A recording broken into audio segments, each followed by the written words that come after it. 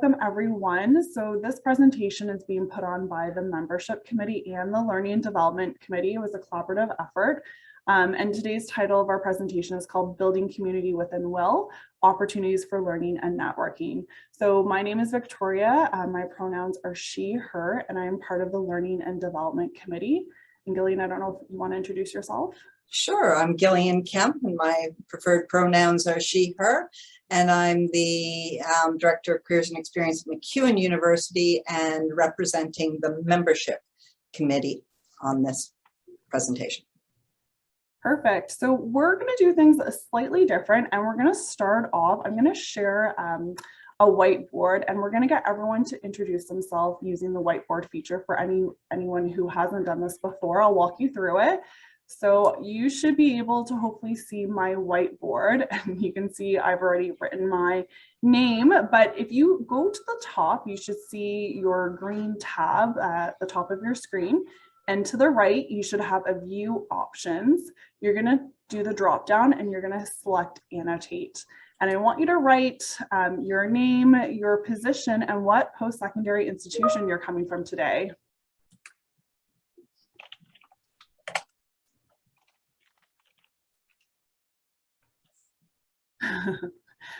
See, lots of people are practice drawing. Oh, there we go.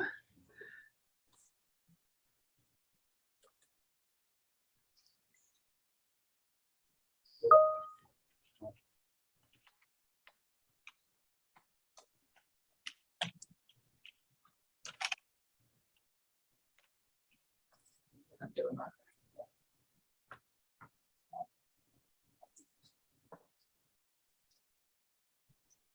And so nobody feel bad who's struggling with this, because I'm trying to type in the box and I get typing and I seem to lose my box, and I've got Gilly, Gil in about 3 different places. So no judgment, none. And no worries for anyone who's listening off their phone. You don't necessarily have to do this. It's just thought we would change it up a little bit. One of my fellow members on the Learning and Development Committee taught me this, so I thought it was kind of a neat tool. So thanks everyone. I see everyone's name coming in. I am just going to ask Courtney or Christy if you could now save the whiteboard before I go back to sharing my screen. All saved, Victoria. Perfect. Thanks, Courtney.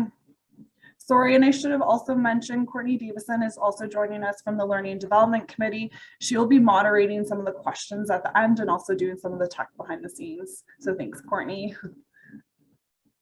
Okay, I'm just going to go back. Hopefully everyone can see my screen now. And at this point, I'm going to get everyone to put their land acknowledgement for the institution that they're coming from today in the chat feature, okay? So as I mentioned, my name is Victoria. I'm an account manager at the University of Waterloo.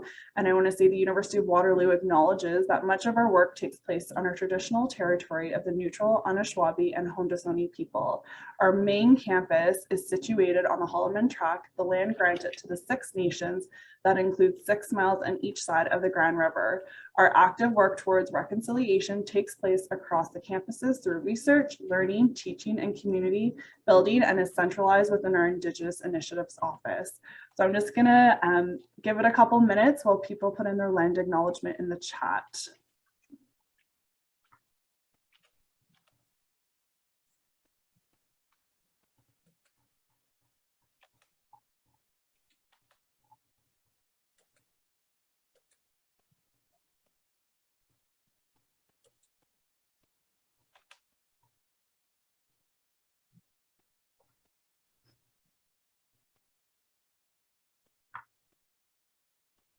Awesome. Okay, so we'll keep on bringing those in and we'll continue on with the presentation.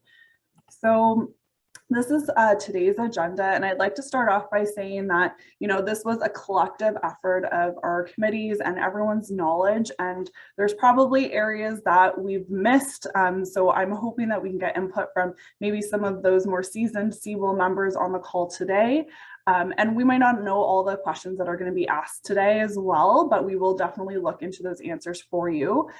Feel free to put your questions in the chat as this presentation goes on. We'll try and address them at the very end.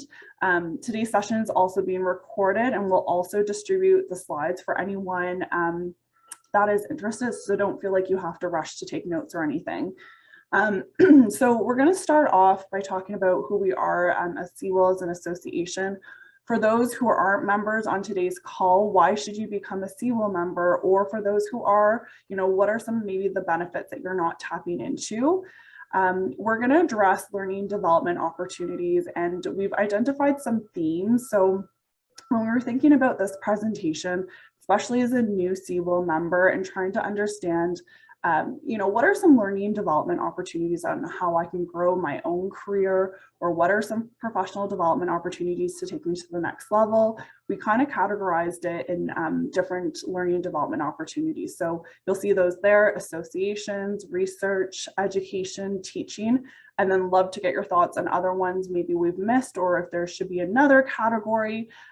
Again, we want to make it as interactive as possible, so feel free to include those, and then we'll go over some next steps or moving forward on how everyone can stay connected, especially in this virtual space. So who are we? So before I answer this question, I'm going to bring up our first poll, because I would love to know how long have you been working in the co-op and work integrated learning space?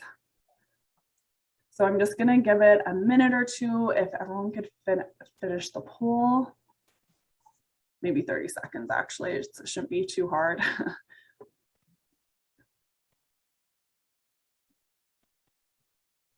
Okay, let's see the results. Hopefully that is enough time. Awesome. So it looks like we definitely have some newer members with 2 to 5 years working in this space, which is a great spot for this presentation. 5 to 10 years, and we definitely have a group of you that are 10 plus years, so that's awesome. Thank you for sharing that poll. Okay, so who we are. So CWIL's, our mission is to build the capacity to develop future-ready students and graduates through quality work integrated learning. So I would consider us all professionals who are working across Canada, coast to coast, to really help advance that work integrated learning at post-secondary institutions.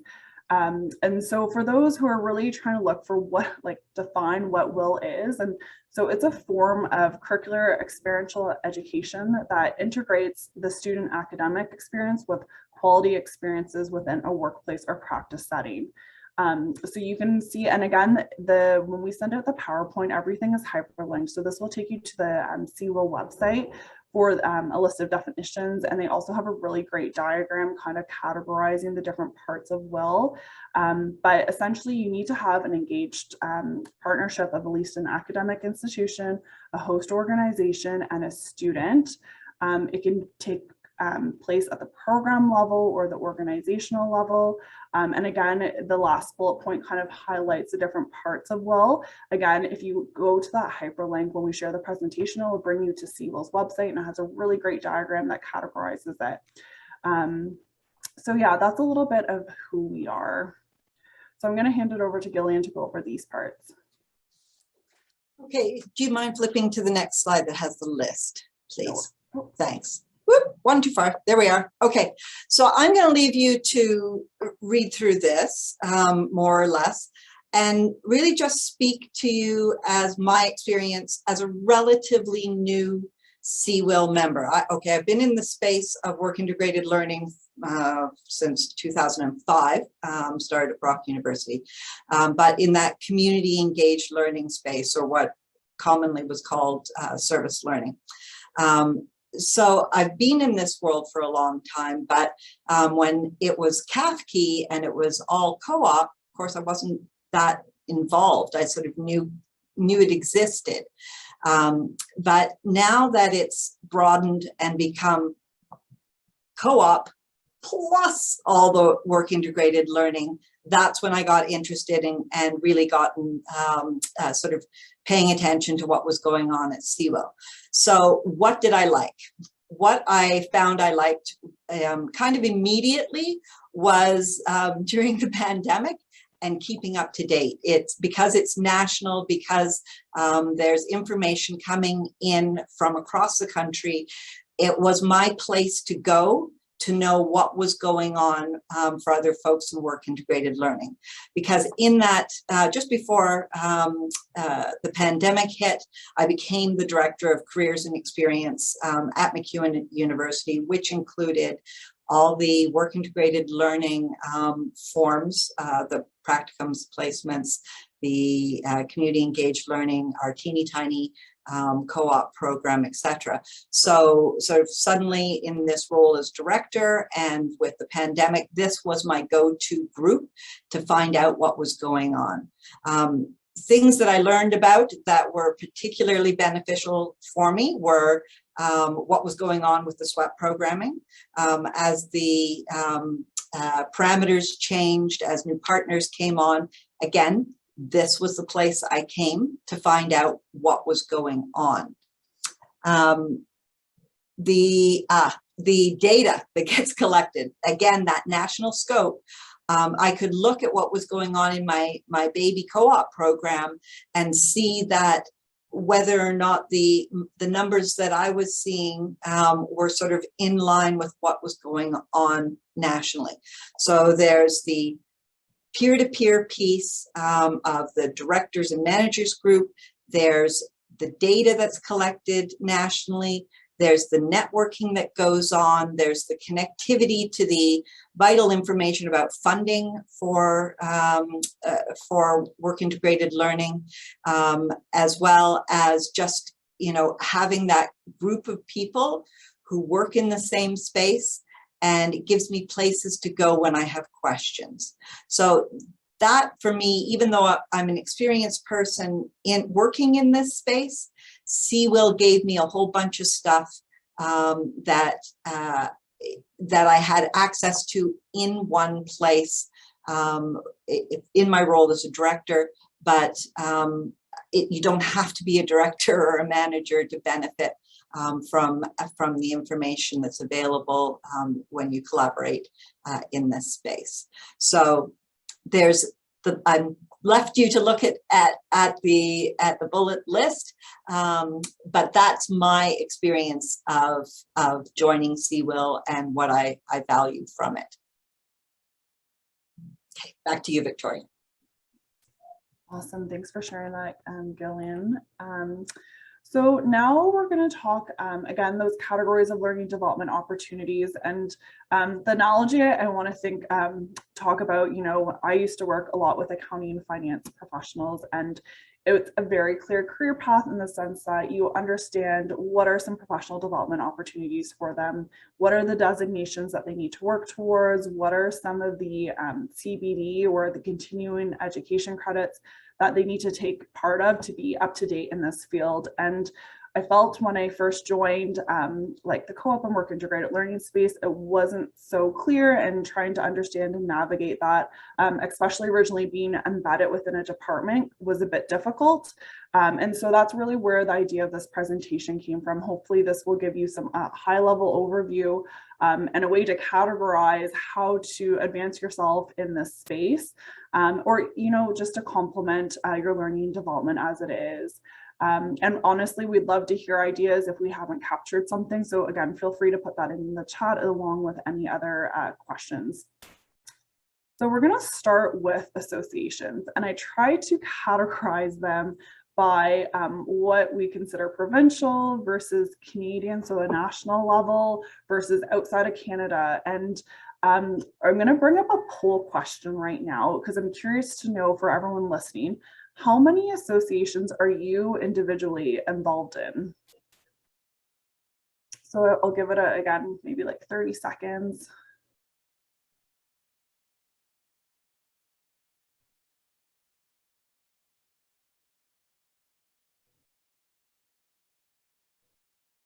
Okay, let's see the results.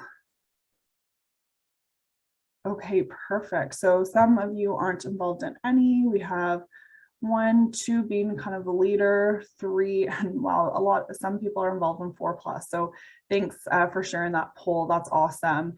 And I guess, so one way when we think about developing our career in this area is obviously to get involved in an association. So, I mean, everyone probably is involved in their own committees at their own institution, but taking that one step further and trying to get involved in an association, I think is really beneficial. I mean, we just went over all the benefits of being part of WIL, but each of these, associations have kind of a slightly different spin, have different committees that you can get involved in. There are membership fees obviously associated with it. So it might have to be a conversation with your supervisor in terms of what ones and strategically who's involved in what. But again, these are some really great associations to get involved in. If you don't see one, please put it in the chat, because I think we're going to go through the comments and just, again, kind of improve this PowerPoint a little bit so we can update it that way. But kind of neat to see where everyone is involved in. Again, when we send out the PowerPoint, these are all hyperlinked. And I think my next slide goes over, again, I'm not going to walk you through this, but brief definitions of each of the associations from the provincial level. Again, just reading through them, they all kind of have a different flair. And then let's go to Canadian. So obviously we're here representing WIL today, but you can see some of the different national associations and what their definitions are. Again, if there are others, let us know in the chat so we can add them.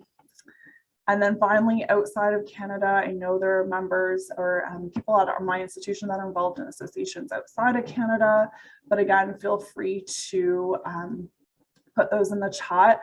I'm hoping this can be used as a resource for a lot of you. I know, especially when we were physically on campus, people would mention acronyms in passing conversations, and I honestly had no idea what they were talking about. I would often have to ask one of my colleagues, Scott Davis, and ask him what that acronym meant and how are we involved. And so hopefully this will help as a resource or a tool so that you can reference it for the future. And again, we'll update it with any ones we didn't already include. So those are the associations. So now we're just going to flip gears to research. So, we talked about how maybe you can get involved in associations. I think research is a big area, especially since we're all working at post-secondary institutions. So, I mean, there's a couple ways. Obviously, people who maybe are doing a master's or a PhD, either full-time or part-time, are going to naturally be part of research in these areas. But I think as a member, even reading journal articles, there was a really great one that came out with some co-authors from the University of Waterloo, but it was published again in the International Journal of Work Integrated Learning. And so we've highlighted a few journals. Another kind of neat thing to know is that WIL does offer grants and awards for people who are doing research in this area. So I've linked that at the bottom as well for those who are interested. So I think if you're not necessarily the one doing the research, I think you could get involved in research through contacting one of these institutions, but you could also just be, a reader and digesting that information. And how can you apply it to your role within the co-op and work integrated learning space? Oh yeah. I'm just going to stick a note in here. There's a couple of times where I have shared the data that I collect from my programming with instructors in different disciplines who were interested in the scholarship of teaching and learning, or who were writing research related somehow to work integrated learning, and sort of became a partner in that research. I actually went to France. I went to Nice to help present. So there's a reason to reach out to your faculty. But it was no different than what I normally did, in the sense that it was my data the way I normally collected it. And I just happened to chat with a researcher who said, oh, I could really do something with that data that you're collecting.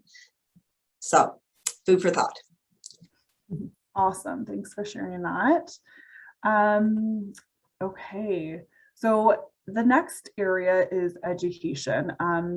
And so there are more formal programs, I would say, through post-secondary institutions where you can get, let's say, a diploma in career development, or maybe it's an undergrad or a master in education. I think that these are some of the common degrees and diplomas that a lot of us have. You don't have to have education in this area. It seems to be a common one. And especially when you're looking at job descriptions in this area, they often will require something related to that. However, if you don't want to do necessarily formal education, you've done your degrees, you're over that, just continuing to do education in this field, I think, is really important. And so obviously participating in something like today's session, or any sessions that any of the committees offer, I think is really beneficial. It kind of, again, it's a great opportunity for personal growth, especially some of those skill development research. We're seeing a lot of equity, diversity, inclusivity training right now, which I think can really help you as an individual working in this space. Sometimes we notice like CWIL will promote external learning and development opportunities. So one recently went out, the workshop was called Advancing the Skills of the Employer Relations Professionals. So that would be me, for example, and that is put on by an external group. So it's just keep your eyes on emails in terms of what are some learning and development opportunities that are available to you. And I think just participating in what you can, it can really help grow you in this area. So that's where we'll pause with education. Teaching is one that people don't necessarily think of at first, but when we think about our own post-secondary institutions, you often need some faculty or members teaching in this area. So, I know at the University of Waterloo, there's a few areas, or Conestoga College, there's a few areas where you can actually be the professor, the one teaching the material to the students. And so I think this is a really great way to grow in your own career, but it's a great way to give back and help those students. It's a great way to stay informed with faculty who are doing research in this area and getting involved. And so I did want to mention teaching because often that's not an area that people think about at first. Okay, so I'm going to pause here. And feel free at this point in the chat, like I see lots of ideas coming through, and we're definitely going to add to this PowerPoint. But yeah, what are some other areas you think of in terms of growing your career and advancing your career in this area and that we maybe did not cover? Again, I would love to know those. Oh, Charlene has her hand up. Go ahead. I just wanted, on behalf of CWIL, and this is not a formal announcement, but I think this is really the right place, and we'll have more information coming out likely in the November newsletter. But CWIL will be launching in early 2022 a WIL practitioner certification. So I think this will tie in really well for people of any level, whether that's just starting out your career. I think there's always something to learn, even if you're old like me and been around in the business for a long time. So please stay tuned for that. I think that's something that'll be really exciting. And I've had a chance to see some of the content, and it's really, really well done. So stay tuned for more information on that. Thanks, Charlene. So that's a great, I guess, learning and development opportunities for all of our members to look forward to. So that would be one form of education that you could get involved in. So that's awesome. And I'm seeing some of the different ideas coming in through the chat, which is awesome. So I'm going to bring up another poll question, just digesting this information. So moving forward, what are some of the areas you're going to consider for personal growth as a WIL professional after you've hearing this presentation? Maybe there's an area that you're not involved in and you're going to consider, or maybe join some more associations for those people who were involved in like 4 more associations. What are some areas that you're going to consider? I'll give that 30 seconds or so and we'll look at the results.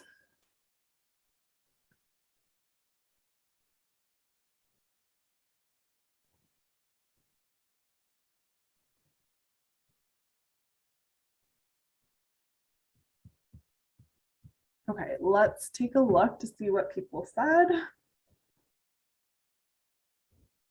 Awesome. So kind of all over, but it looks like all of the above, which is awesome. So yeah, hopefully, again, this gave you some sort of insight in terms of how you can grow in this area, and it can be used as a guide. We'll provide that PowerPoint and those links afterwards. So thank you.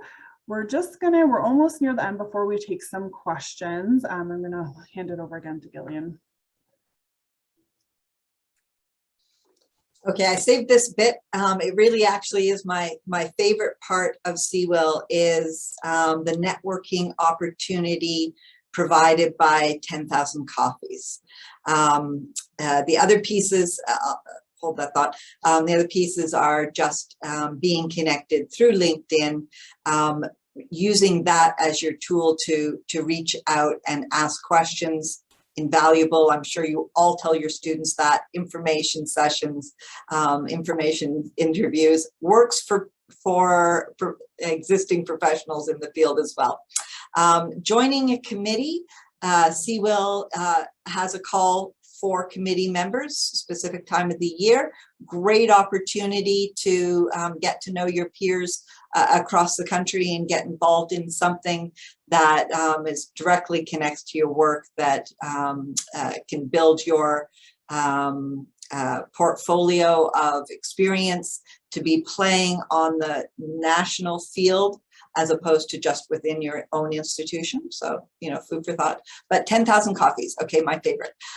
So I'm not sure how many of you out there are schools that have 10,000 Coffees, which is, so I'm just going to assume you don't know, but 10,000 Coffees is a platform for linking people together for a coffee chat. And we use it in the school for our students to be able to link with our alumni.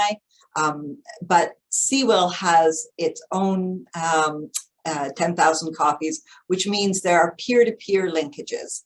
And I found this to be super valuable for me, especially, you know, having moved out west from Ontario. I'm meeting people out here and getting information that I probably wouldn't have otherwise. So for example, one of my matches was with one of the sweat partners. And now it was a sweat partner who was based in the East, but we sat down, we chatted, had our coffee together virtually.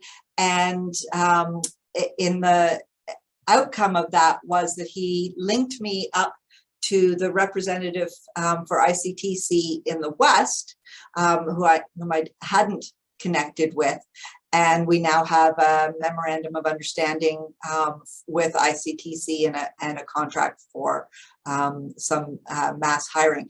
So it wasn't just a chit chat, get to know you, it was productive. And that's what you want out of this kind of tool, is that the time that you're spending together chatting with someone actually results in something useful for you for work. So the most effective networking tool for me in this position that I've ever been involved in. I mean, going to conferences, great. You have conversations in a crowded room, but this is that one-on-one where you can talk and find points of interest, common points of interest, share resource, accept resource. That it really is my favorite part of CWIL, and that alone for me is worth the cost of the membership. So there you go. But at this point, we'll take any questions. I see so many great ideas people have put in the chat. So for anyone who is listening and who wants to speak about a specific opportunity that you put in the chat that we maybe didn't address, feel free to unmute yourself and you can also talk about it. Otherwise, we'll just wait for some questions to come in. In the meantime, as well, we're going to include in the chat a link. We'd love to get your feedback on today's session. If it was helpful, what are some ideas for learning development for future offerings? So we'll include that as well. So I did see a hand go up. And maybe I'll ask Courtney to unmute herself as well to help moderate some of these questions, because I have my dual monitor, so I can't see everything. Yeah, I'm here now. I did see a hand go up too, and it went down. I'm wondering, I didn't see the name though. I have the chat up here too. So let me bring that up here. Oh, here we go. Laura, you can go ahead and unmute yourself if you want to ask a question. Okay, so I've tried to go on the 1,000 cafes. It just didn't seem to work for me. I didn't even try. I didn't even get on. So maybe like a quick, somebody can show me the ropes on how to get on and how to like feel value, like bring in value, right? I mean, I'm not just. That's the whole idea, right? Okay, I'll take that one, or I'll start it anyway, and everybody can chip in. So 10,000 coffees, I'm going to speak to the WIL version. So when you're a WIL member, then you have an option to sign up for the WIL iteration of 10,000 coffees. So each 10,000 coffees group is a defined group. So I have a McEwen version where I'm a mentor on the McEwen version. So I have a profile on the McEwen platform, but I also created the profile for the WIL group, and that's how I'm connecting with other members of WIL. So if you just kind of Googled 10,000 coffees and tried to sign up, that's not quite how it works. Am I helping you here, Laura? Yeah, sure. But I did get an invitation through my emails, so that's why I didn't understand why I wasn't able to get on or see what was going on. I did fill up a little profile that you could do, but other than that, I didn't. And I said maybe it's just me not comfortable with the tech, right? So I thought maybe if somebody could show me the ropes when the time comes, and not today, obviously. Okay, and I think I might toss that back over to Charlene. Is there someone in WIL who can support a member who's struggling to get onto the 10,000 copies? I think Karen from the membership team is sort of the resident expert. I think she's Okay. my resident expert. So. Okay, we'll figure out the tech support piece for you, Laura, and come back to you. That's perfect. That's perfect for me. Yeah. Okay, Victoria, can we sort of add a note in somewhere in when we distribute the slides? Does that make sense? Okay. And maybe we'll add that link to join 10,000 coffees for anyone who's interested. And then, yeah, we'll try and who's the right person for tech support, because it is a bit, you have to do like every time you join, it doesn't save your password and everything. It is a bit difficult at first. So yeah, we'll include that information as well.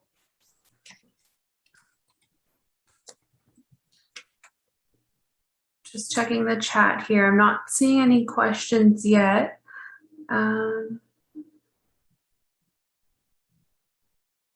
Lots of great resources though that we will.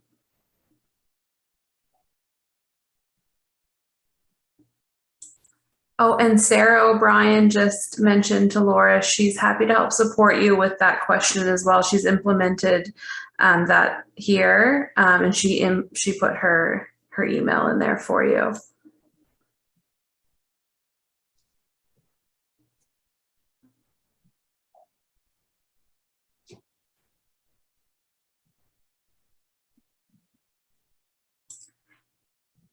And we have Tim Perrin from ICTC who mentioned if anyone has any SWIP questions, he's happy to jump in. Thank you, Tim. I also did have a quick question. It's Sarah O'Brien here at Dalhousie. So we're looking at doing a project around our work site monitoring for our co-op students.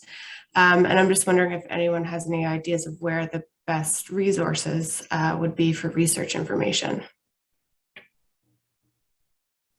And I know you mentioned a few previously, but any more specific around worksite monitoring would be really helpful. I honestly don't know how to answer that question. I don't know if anyone else on this call from WIL has had, oh, Charlene. Honestly, the International Journal of Work Integrated Learning, if you just go there and then you put in like worksite visits, the search feature is really, really easy to use.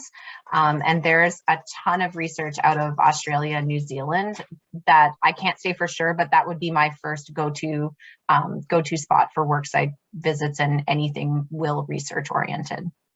But maybe not the Canadian context, but for sure a similar context.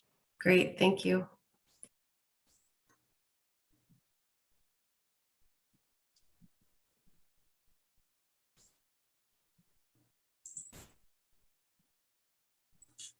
And anyone with questions, feel free to raise your hand, or if you'd rather input them in the chat, I can read them for you as well.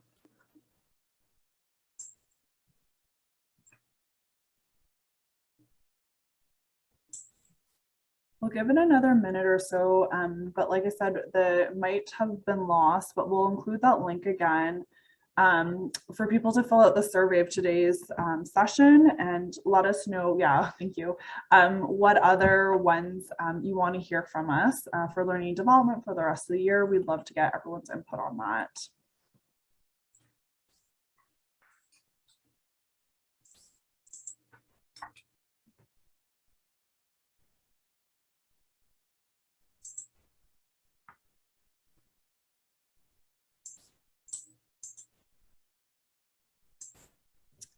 Okay, I don't see any other questions coming in.